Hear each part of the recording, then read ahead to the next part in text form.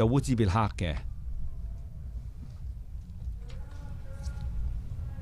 斯里蘭卡、克拉特。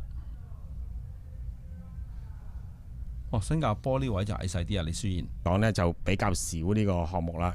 咁啊，平時呢就以為呢啲接力就少人玩呢，今次就好多隊伍啊，2、4、6、7隊啊，泰國隊、中華台北、印度、哈薩克，仲有一隊超強隊啊，阿聯酋啊，真係無敵手啊，如無意外。斯里蘭卡同埋我哋香港隊。咁啊，而家見到斯里蘭卡運動員係男子跳遠啊，克拉特啊，咁啊順風喎。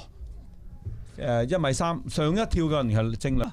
10米都唔夠。你要對國家隊有信心嘅。係咁潘上路㗎啦佢因為佢中段係拖翻慢咗嘅，應該佢都驚散啊嘛，天氣會唔會留翻少少去同佢衝尾呢？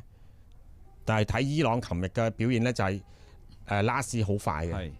睇一睇喺度啊，暫時咧8分25到嘅，咁翻落嚟呢，應該10分內就冇問題㗎啦。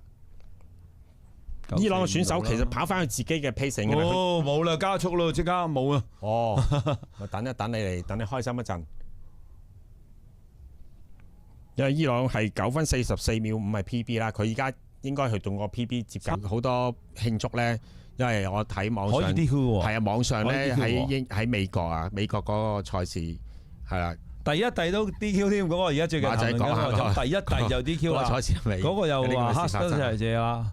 但係如果頭先嗰個係絕對可以佢咁樣就係啊，冇錯。如果冇記錯，應該係一場美國高中嘅賽事啊。咁就雖然佢贏緊，但係佢慶祝啦，就有阻住其他運動員嘅嫌疑，咁就最尾 DQ 咗佢。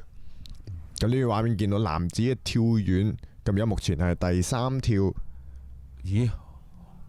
白旗啊！呢一跳都好遠喎，7米半到7米幾㗎？呢一跳一定係。